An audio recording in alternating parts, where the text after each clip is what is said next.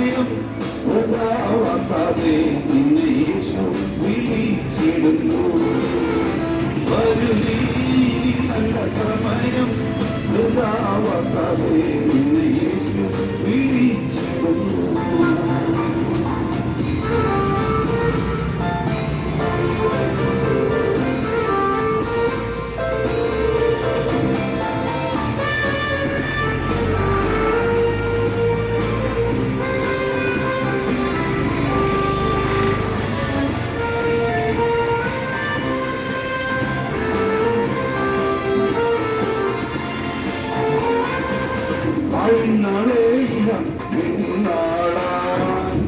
ആയത്തോടെ നീ കഴിക്കുകയോ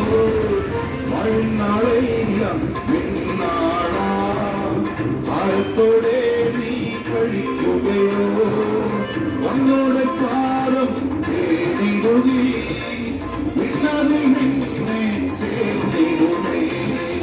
ഒന്നോടെ പാദം തേടിടുകി പിന്നതിൽ നിന്നെ ചേർന്നിടുമേ.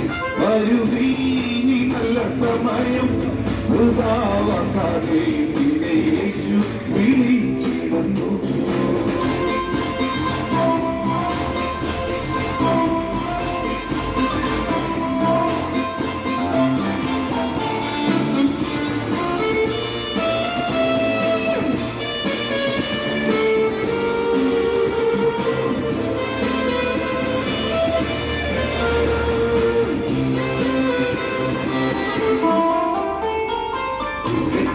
വീടും നിലപ്പോഴും കണ്ടിടുമുച്ചോരുടയവരും എത്തിയ വീടും നിലപ്പോഴും കണ്ടിടുമുച്ചോരുടയവരും കൂടുവിട്ടു നിൻ ജീവൻ പോയാ കൂടെ വരാവേ വേടുമേ.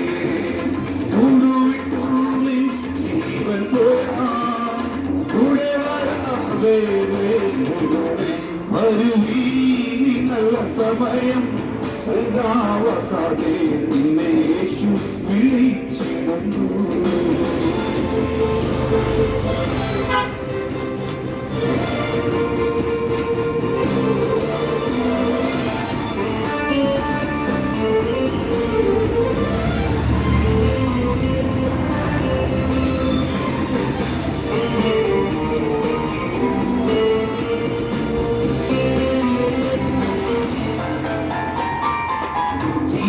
പാപം വ്യാധിയും മറക്കയില്ലാ ബലഹീനവും ഇരട്ട പാപം വ്യാധിയും മറക്കയില്ലാ ബലഹീനവും ഘോരക്കുരിശിൽ ചുമന്നു നിന്നെ സൗഖ്യമാക്കി അടുക്കുന്നരാ.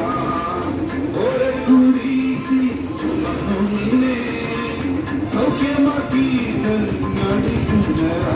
വരുവീ നല്ല സമയം വൃഥാവാക്കാതെ നിന്നെ യേശു വിളിച്ചിടുന്നു.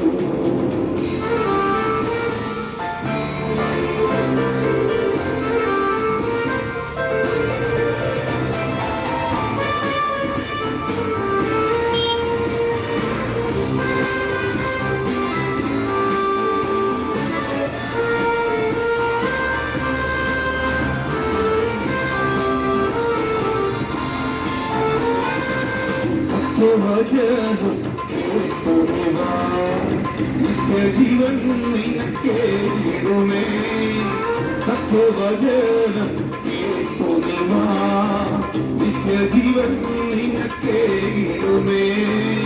നിൻപേരും ജീവ പുസ്തകത്തിൽ ഉണ്മയായും എഴുതിയിടുമേ. നിൻപേരും ജീവ പുസ്തകത്തിൽ ഉണ്മയായും എഴുതിയിടുമേ. വരുവീ നല്ല സമയം വൃഥാവാക്കാതെ നിന്നെ യേശു വിളിച്ചിടുന്നു.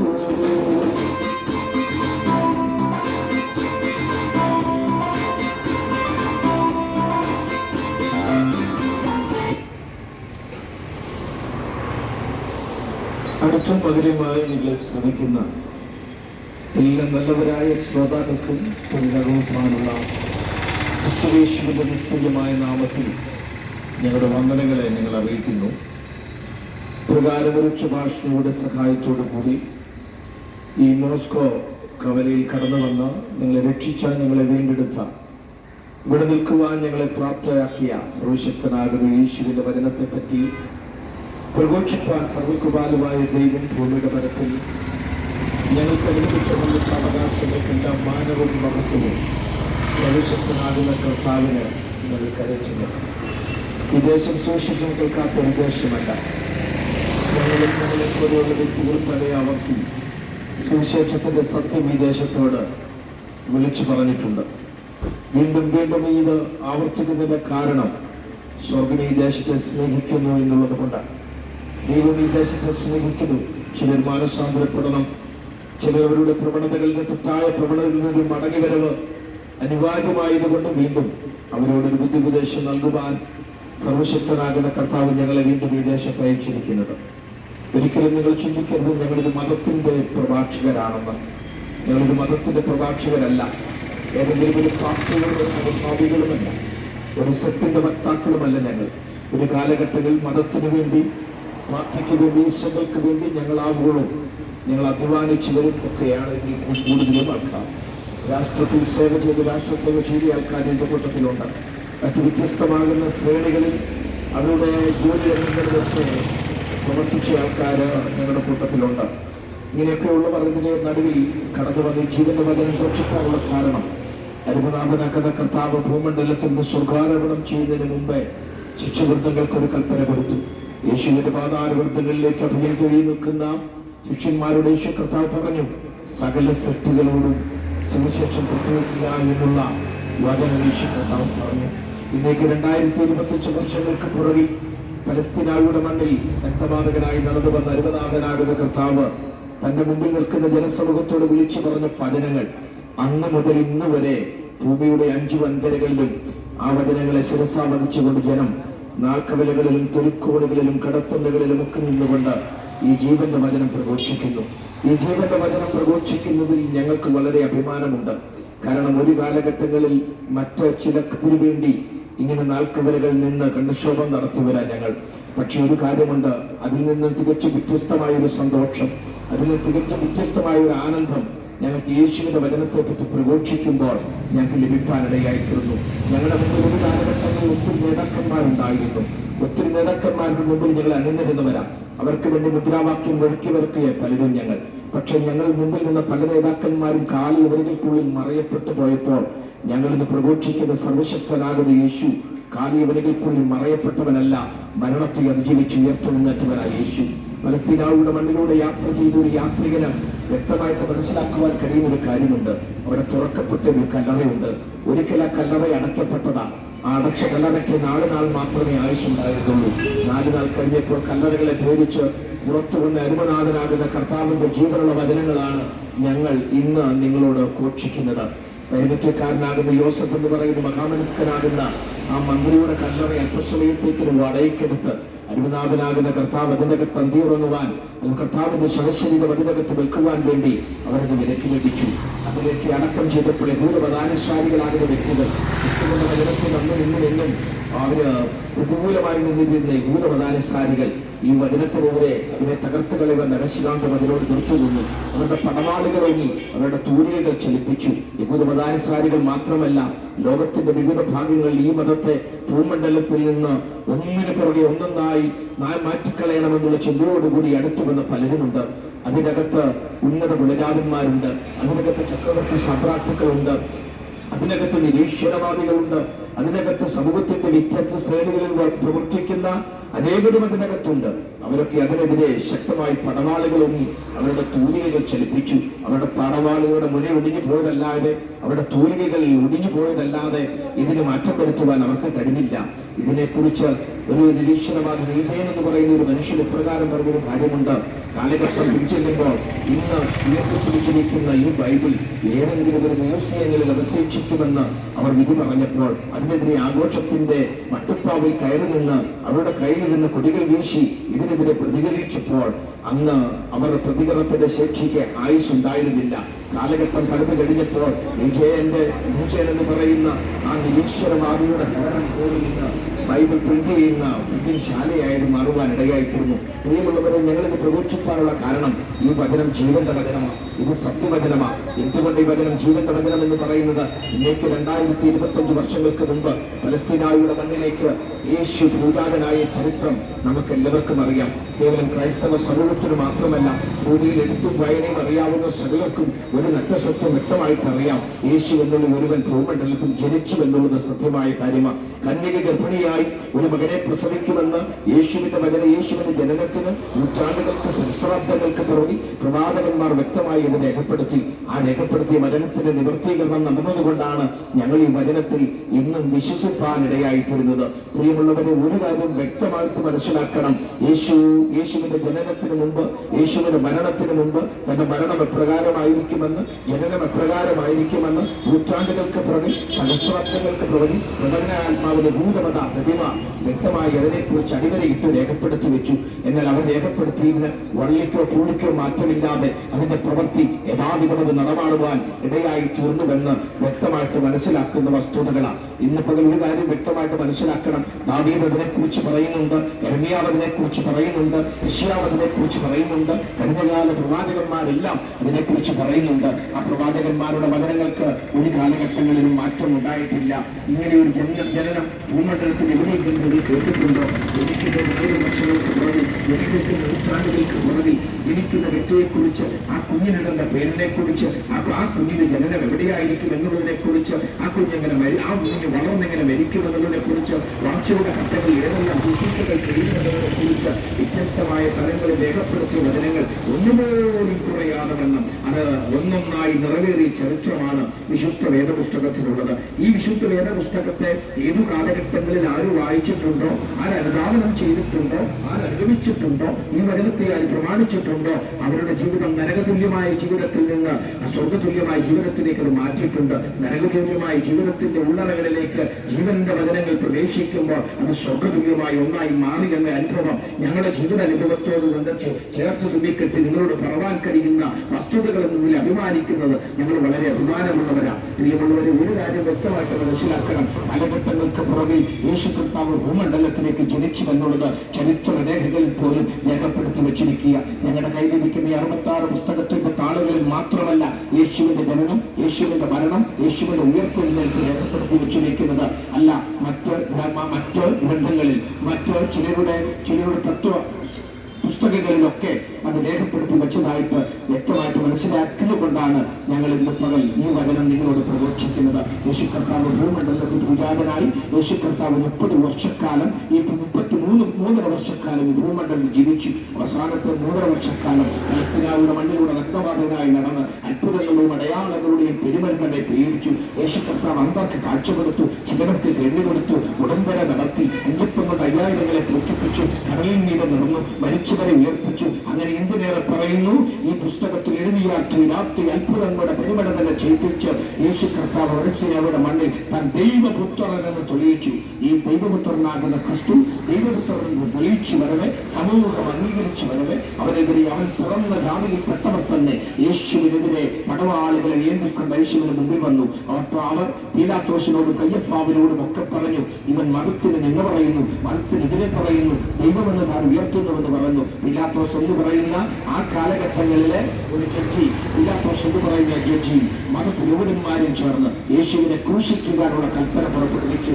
യേശുവിന്റെ ക്രൂശീകരണത്തിന് തൊട്ടുമുമ്പ് പീലാത്തോസ് എന്ന് പറയുന്ന മനുഷ്യൻ പറഞ്ഞു, ഞാൻ ഇവരുടെ ഒരു കുറ്റവും കാണുന്നില്ല. മതരാഷ്ട്രീയ കോടതികളിൽ മാറി മാറി വിസ്തരിക്കപ്പെട്ടിട്ടും ഒരു കുറ്റവും കാണാത്ത യേശുവിനെ എന്തുകൊണ്ട് ക്രൂശിക്കാൻ ഏൽപ്പിച്ചുവെന്ന് ചോദിക്കുമ്പോൾ ഒരു വ്യക്തമായ കാരണമുണ്ട്. പീലാത്തോസിന്റെ നിലനിൽപ്പിന് യേശുവിനെ ക്രൂശിക്കുക എന്ന് പറയുന്ന യഹൂദ മതാനുസാരികളുടെ റോമൻ ജനതയുടെ അംഗീകാരം മേടിക്കേണ്ടത് ആവശ്യകതയുള്ളതുകൊണ്ട് അവനെ ക്രൂശിപ്പാനായി ഏൽപ്പിച്ചു. പീലാത്തോസ് ഓർത്തു, കയ്യപ്പ വളർത്തു, മതരാഷ്ട്രീയ രാഷ്ട്രീയ രംഗങ്ങളിൽ പ്രവർത്തിക്കുന്നത് ഓർത്തു യേശുവിനെ ക്രൂശിൽ മരിച്ച യേശുവിനെ അടക്കം ചെയ്ത് ആ കല്ലറകൾ അടഞ്ഞു കിടക്കുമെന്ന് അവർ ചിന്തിച്ചു. കല്ലറകൾ നിറച്ചു കിടക്കുമെന്ന് ചിന്തിക്കുമ്പോൾ തന്നെ ആ ശരീരം കട്ടുകൊണ്ട് പോകുമെന്നുള്ള ഒരു ഭയം അവരുടെ ഉള്ളിലേക്ക് അലട്ടിക്കൊണ്ട് അവര് റോമൻ പടയാളികളെ കാവലാക്കി. ആരോഗ്യ ഘടകാർത്ഥന്മാരാകുന്ന റോമൻ പടയാളികൾ അടഞ്ഞിരിക്കുന്ന കല്ലറയ്ക്ക് മുമ്പ് കാവൽ നിൽക്കുമ്പോൾ ആ കല്ലറകളുടെ മുമ്പിലേക്ക് ദൂരനിറങ്ങി അവര് പോലും അറിയാതെ യേശുവിന്റെ ശരീരം അവിടെ ഉയർത്തിയിരുന്ന ചരിത്രമാണ് വിശുദ്ധ വേദപുസ്തകത്തിൽ വ്യക്തമായിട്ട് രേഖപ്പെടുത്തി വെച്ചിരിക്കുന്നത്. ഈ യേശുവിന്റെ വചനത്തിൽ ഏത് കാലഘട്ടങ്ങളിൽ, ഏത് നാടുകളിൽ, ഏത് വ്യക്തികൾ അംഗീകരിക്കുന്നോ, ഏത് കുടുംബങ്ങൾ അംഗീകരിക്കുന്നോ ആ യേശുവിന്റെ സാന്നിധ്യം ആ കുടുംബങ്ങളിലേക്ക് ഇറങ്ങിച്ചെല്ലും. കാരണം മരണത്തിന്റെ അടക്കം ചെയ്തിരിക്കുന്ന 4 ഭിത്തികൾക്കുള്ളിൽ അന്തികൊള്ളുന്ന ഒരുവനായിട്ടല്ല യേശുവിന് നിൽക്കുന്നത്. അടയപ്പെട്ട കല്ലറകളിൽ അന്തിയുറങ്ങുന്ന ഒരുവനായിട്ടല്ല യേശു നിൽക്കുന്നത്. ഈ മരണമേ നിന്റെ ജീവവിടെ, ഈ മരണമേ നിന്റെ വിഷമുള്ളവിടെ എന്ന് പറഞ്ഞുകൊണ്ട് മരണത്തെ അടുത്തുവെച്ച് ഉയർത്തെഴുന്നേറ്റ് മഹിമയുടെ വലത്തുഭാഗത്തിരിക്കുന്ന സർവശക്തരാകുന്ന കർത്താവ് പറഞ്ഞു, ഞാൻ എല്ലാ നാളും നിങ്ങളോട് കൂടെയുണ്ട്. അരുമനാഥനാകുന്ന കർത്താവിന്റെ സ്വാതന്ത്ര്യം അനുഭവിക്കുവാൻ, യേശുവിന്റെ സ്നേഹം അനുഭവിക്കുവാൻ എൺപത്തിമൂന്ന് ഏതെങ്കിലും ഒരു ഹൃദയങ്ങൾ ഇവിടെ ഉണ്ടെങ്കിൽ നിങ്ങൾ നിൽക്കുന്ന നിൽപ്പിൽ ഇരിക്കുന്ന ഇരത്തിൽ പോകുന്ന പോക്കിൽ നിങ്ങൾ നിന്നുകൊണ്ടുപോകാൻ അരുമനാഥനാകുന്ന കർത്താവ് അങ്ങയുടെ സാന്നിധ്യം എന്റെ മേലൊന്ന് വരണമേ, എന്റെ ഭവനത്തിന്റെ ഉള്ളറകളിൽ നിന്ന് വരണമാകണമേ എന്ന് നിങ്ങൾ ചിന്തിക്കുന്നെങ്കിൽ നിങ്ങളുടെ ഭവന അന്തരീക്ഷത്തിന് ആ സാന്നിധ്യം ഇറങ്ങും. ഭവനത്തിന്റെ അസ്വസ്ഥ നിമിത്തമായിരിക്കാം ചിലപ്പോ നിങ്ങൾ അവിടെ നിന്ന് രാവിലെ ഇറങ്ങിയത്. ഈ ഭവനത്തിന്റെ അന്തരീക്ഷങ്ങളിലേക്ക് കാലുകുത്തുവാൻ പലപ്പോഴും നിങ്ങൾക്ക് മടിയുണ്ടായിരിക്കാം. അല്ലെങ്കിൽ രാത്രിയുടെ യാമങ്ങളിൽ അന്തി ഉറങ്ങുവാൻ ഭയമുണ്ടായിരിക്കാം. ഭയത്തെ മാറ്റുന്ന, വേദനകളെ മാറ്റുന്ന, അസമാധാനങ്ങളുടെ കരുതൽ മാറ്റി നിത്യതയുടെ സമാധാനത്തിന് നെളിപ്പാകുന്ന ഒരുവന സർവശക്തനാകുന്ന യേശു. യേശു നിങ്ങളുടെ ജീവിതത്തിൽ നിന്ന് വരണമെങ്കിൽ യേശുവിന് മറ്റൊരു വസ്തുക്കൾ കൊടുക്കേണ്ട കാര്യമില്ല. നിങ്ങൾ അധ്വാനിച്ചുണ്ടാക്കി നന്മകൾ കൈമാറേണ്ട കാര്യമില്ല. മറിച്ചൊന്ന്, മനുഷ്യൻ ദൈവത്തിന്റെ സൃഷ്ടിയായതുകൊണ്ട് ദൈവത്തിന് മനുഷ്യനോട് വലിയ ഇഷ്ടമാണ്. ദൈവത്തോട് പറയുക, അപ്പ എന്റെ ജീവിത വിഷയങ്ങളുടെ മേൽ അങ്ങയുടെ കരമൊന്ന് വ്യാപരിക്കണമേ, എന്റെ ഭാരങ്ങളുടെ മേൽ അങ്ങയുടെ കരമൊന്ന് വ്യാപരിക്കണമേ എന്ന് പറഞ്ഞു കഴിഞ്ഞാൽ യേശുവിന്റെ കരം അതിന്മേൽ ഇറങ്ങി വരുവാനിടയായിരിക്കും. പ്രിയമുള്ളവരെ, നിങ്ങൾ ചിന്തിക്കുന്ന ഒരു ചിന്ത, ചിലത് ചിന്തിക്കുന്ന ഇപ്രകാരമാണ്, എന്നെ സ്നേഹിക്കുവാൻ എന്റെ ഭാര്യയുണ്ട്. ചില ചിന്തിക്കുന്നത് ഇപ്രകാരമാണ്, എന്നെ സ്നേഹിക്കുവാൻ എന്റെ മക്കളുണ്ട്, എന്നെ സ്നേഹിക്കുവാൻ എന്റെ അയൽക്കാരുണ്ട്, എന്റെ സമൂഹത്തിലുള്ളവരുണ്ട്, എന്റെ സംഘടനയിൽപ്പെട്ടവരുണ്ട്. ഈ സത്യമാണ്. ഇവർക്ക് സ്നേഹിക്കട്ടെ, സ്നേഹത്തിന്റെ ബഹുമാനങ്ങളും ചിന്തകൾ നിങ്ങൾക്ക് തരട്ടെ. ഇതൊന്നും ഞങ്ങൾ എതിരല്ല. പക്ഷെ ഒരു കാര്യമുണ്ട്, ഈ സ്നേഹത്തിന് എല്ലാത്തിനും ഒരു കഴിവുണ്ടെന്ന് വ്യക്തമായിട്ട് മനസ്സിലാക്കണം. എവിടം കൊണ്ട് സ്നേഹം അവസാനിക്കുമെന്നറിയാമോ? ഒന്നെങ്കിൽ ചെടിയുടെ മുകളിൽ വെച്ചുകൊണ്ട് നിങ്ങളുടെ ശരീരം തീക്കിരയായി പോകുമ്പോൾ അതിന് ഏതാനും ചില നിമിഷങ്ങൾ വഴി മാറുമ്പോൾ ഈ സ്നേഹത്തിന്റെ ഓരോ പടികൾ കുറഞ്ഞു വരുന്നതായിട്ട് കാണുവാൻ കഴിയും. അല്ലെങ്കിൽ 6 അടി മണ്ണിന്റെ ജന്മിയായിട്ട് നിങ്ങൾ അവശേഷിക്കുമ്പോൾ ഈ സ്നേഹത്തിന്റെ ഓരോ പടികളും കുറഞ്ഞു വന്ന് നിങ്ങൾ അവസാനം സ്നേഹമില്ലാത്ത ഒരു തലത്തിലേക്ക് നിങ്ങൾ മാറുമെന്ന് നിങ്ങൾ മരിക്കുന്നതിന് മുമ്പ് വ്യക്തമായിട്ട് മനസ്സിലാക്കണം കേട്ടോ. ഏതെങ്കിലും വ്യക്തികൾ എന്നെ അവർ സ്നേഹിക്കുന്നു, സത്യമായിട്ട് നിങ്ങളെ സ്നേഹിക്കട്ടെ, നല്ലൊരു കാര്യമാണ് സ്നേഹിക്കേണ്ടത്. പക്ഷെ ഒരു കാര്യം, ആ സ്നേഹം എവിടെ കൊണ്ട് തീരുമെന്നറിയാമോ? ആ മൺകൂനകൾ കൊണ്ട്, അല്ലെങ്കിൽ ആ ശവവേടകത്തിൻ കൊണ്ട് അടക്കം ചെയ്യുന്ന 6 അടി മണ്ണിലേക്ക് അടക്കം ചെയ്യുന്ന ശവകുടീരത്തിന് മുമ്പ് കൊണ്ടുകൊണ്ട് ആ സ്നേഹത്തിന് എല്ലാത്തിനും വിരാമം കുറിക്കുകയാണ്. നിങ്ങളുടെ മരണം അറിഞ്ഞുകൊണ്ട് 100 രാജ്യങ്ങളിൽ നിന്ന് നിമിഷ നേരങ്ങൾ കൊണ്ട് ഉയർന്ന രീതിയിലുള്ള പണം മുടക്കി ടിക്കറ്റ് എടുത്ത് പറന്നെത്തുന്ന നിങ്ങളുടെ കുഞ്ഞുങ്ങൾ ഏതാനും ചില ദിവസങ്ങൾ വഴിമാറുമ്പോൾ അവർ ഭവനത്തിന്റെ ഇടയിൽ കുഞ്ഞിനെ പറയും, പോകുവാൻ സമയമായി, ജോലി അല്ലെങ്കിൽ നഷ്ടപ്പെടുമെന്ന് പറഞ്ഞുകൊണ്ട് ആ ടിക്കറ്റ് വേറെ ടിക്കറ്റ് എടുത്തുകൊണ്ട് അവരുടെ രാജ്യത്തേക്ക് ഒന്നുകിൽ അമേരിക്ക, അല്ലെങ്കിൽ കാനഡ, അല്ലെങ്കിൽ ഓസ്ട്രേലിയ, അല്ലെങ്കിൽ ഗൾഫ് രാജ്യങ്ങളിലേക്ക് അവർ പറന്നു പോകും. ഏതാനും ചില നിമിഷങ്ങൾ കഴിയുമ്പോൾ അപ്പന്റെ ഓർമ്മ, അമ്മയുടെ ഓർമ്മ, സഹോദരങ്ങളുടെ ഓർമ്മ ഒക്കെ അവരിൽ നിന്ന് മാറിപ്പോകും. പ്രിയമുള്ളവരെ, വ്യക്തമായി മനസ്സിലാക്കുക, എല്ലാ കാലത്തും നിങ്ങളെ സ്നേഹിക്കുമെന്ന് അഭിമാന പുരസ്സരം വിളിച്ചു പറയുന്ന നിങ്ങളുടെ ഭാര്യ അല്ലെങ്കിൽ നിങ്ങളുടെ ഭർത്താവ് എത്ര കാലം നിങ്ങളെ സ്നേഹിക്കുമെന്ന് അറിയാമോ? മരണത്തിന് നിങ്ങളുടെ ഡെഡ്ബോഡി നിങ്ങളുടെ ശരീരം ചുമന്നുകൊണ്ട് പോകുമ്പോൾ പലപ്പോഴും അടുത്തു നിന്നുകൊണ്ട് പൊട്ടി വിരുമ്പി അവർ കരയും, അവർ കാണിക്കരയും. കൊണ്ടുപോകരുത് ഈ ബോഡി, കൊണ്ടുപോകുന്ന ശരീരം, എന്റെ അച്ഛനെ കൊണ്ടുപോകരുത്, എന്റെ അമ്മയെ കൊണ്ടുപോകരുത്, എന്റെ സ്നേഹിതനെ കൊണ്ടുപോകരുതെന്ന് അളവിക്കറിയും. പക്ഷേ അവിടെ ചെന്നു കഴിയുമ്പോൾ എരിഞ്ഞടങ്ങിപ്പോകുന്ന ഒരു ശവശരീരമായി നിങ്ങൾ മാറിപ്പോകും. പക്ഷെ അവിടുന്ന് തിരിച്ചു മടങ്ങി വരുമ്പോൾ ഏതാനും ചില മാസങ്ങൾ, ദിവസങ്ങൾ കഴിയുമ്പോൾ ഏതെങ്കിലും ഒരു ചാനലുകളിൽ ചിരി പടർത്തിക്കൊണ്ടുവരുന്ന ഒരു കോമഡി ചാനൽ കണ്ടു കഴിയുമ്പോൾ അവർ ആർക്കതിനു മുമ്പിൽ ചിരിച്ചു. നിങ്ങളെ ഓർമ്മ അവിടെ നിന്ന് നഷ്ടപ്പെടും. പക്ഷേ തിരുവചനം പറയുക, അമ്മ തന്റെ കുഞ്ഞിനെ മറക്കുമോ? മറന്നാലും ഞാൻ നിന്നെ ഒരു കാലത്തും മറക്കത്തില്ലെന്ന് ലോകത്തോട് ഒരു ചെയ്ത ഒരു നേതാവുണ്ടെങ്കിൽ ഞങ്ങൾ വിളിച്ചു പറയുന്ന സർവശക്തനാകുന്ന ക്രിസ്തുവ. എന്തുകൊണ്ട് യേശുവിന് ഇത്രമാത്രം സ്നേഹമുണ്ടെന്ന് നിങ്ങൾ നിങ്ങൾക്ക് ഞങ്ങളോട് വിളിച്ചു പറവാൻ കഴിയുമെന്ന് ചോദിച്ചാൽ ഞങ്ങൾക്ക് പറവാൻ കഴിയുന്ന ഒരു വസ്തുതയുണ്ട്. ദൈവത്തിന്റെ ഏകപുത്രനാകുന്ന ക്രിസ്തു, സ്വർഗത്തിന്റെ സകല മഹിമകളുടെയും അവകാശിയാകുന്ന ക്രിസ്തു, സർഗത്തിന്റെയും അവകാശിയാകുന്ന ക്രിസ്തു ഈ ഭൂമണ്ഡലത്തിലേക്ക് ഇറങ്ങി വന്നതിന്റെ ചരിത്രം വിശുദ്ധ വേദപുസ്തകം വ്യക്തമായി വിളിച്ചു പറയുക. തന്റെ ഏകജാതനായ പുത്രനിൽ വിശ്വസിക്കുന്ന ഏവരും നശിച്ചു പോകാതെ നിത്യജീവൻ പ്രാപിക്കേണ്ടതിന് ദൈവം അവനെ നൽകുവാൻ തക്കവണ്ണം ഈ ലോകത്തെ സ്നേഹിച്ചു എന്ന് പറയുന്ന ആ മഹാസ്നേഹത്തിന്റെ പ്രവൃത്തി ഇന്നേക്ക് 2025 വർഷങ്ങൾക്ക് പുറകെ പലസ്തീനയുടെ മണ്ണിലേക്ക് യാത്ര ചെയ്യുന്ന യാത്രികന്റെ കരുതിയ വസ്തുത.